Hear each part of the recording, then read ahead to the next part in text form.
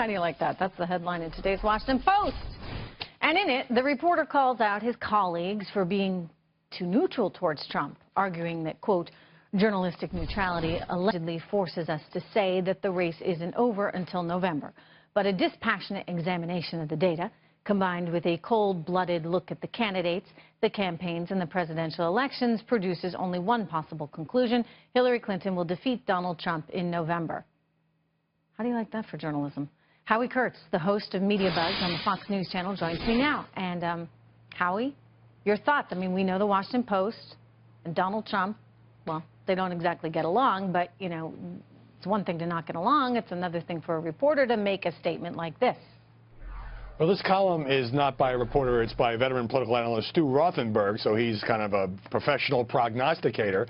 And here's some points that he does make. Trump faces an uphill battle because Democrats have a built-in advantage in the Electoral College. Trump's negatives are in the high 60s. Hillary's in the high 50s. Neither one is terribly popular. And Trump is leading among white voters by a lower margin than Mitt Romney won in 2012. He needs more of those votes to offset losses in the minority community. Where I part with Rothenberg is the notion that this is all but done. We're all just pretending it's a real race and that it can't change over the next 3 months. Because you think it can?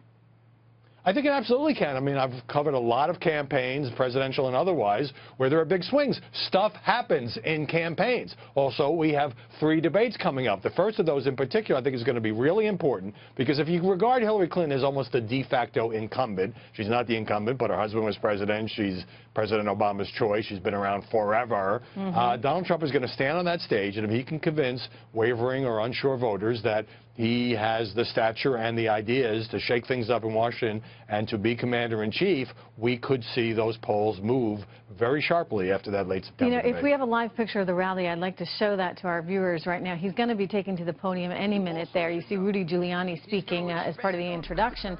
He's going to be speaking in North Carolina. And I just wonder how he was on teleprompter yesterday. He gave a very good speech on the economy. Those ideas were his ideas that he's talked about for a long time. He also had a number of very talented people advising him on the economic front. But I'm assuming this rally doesn't have a teleprompter. Is there a danger for him when he goes off script right now?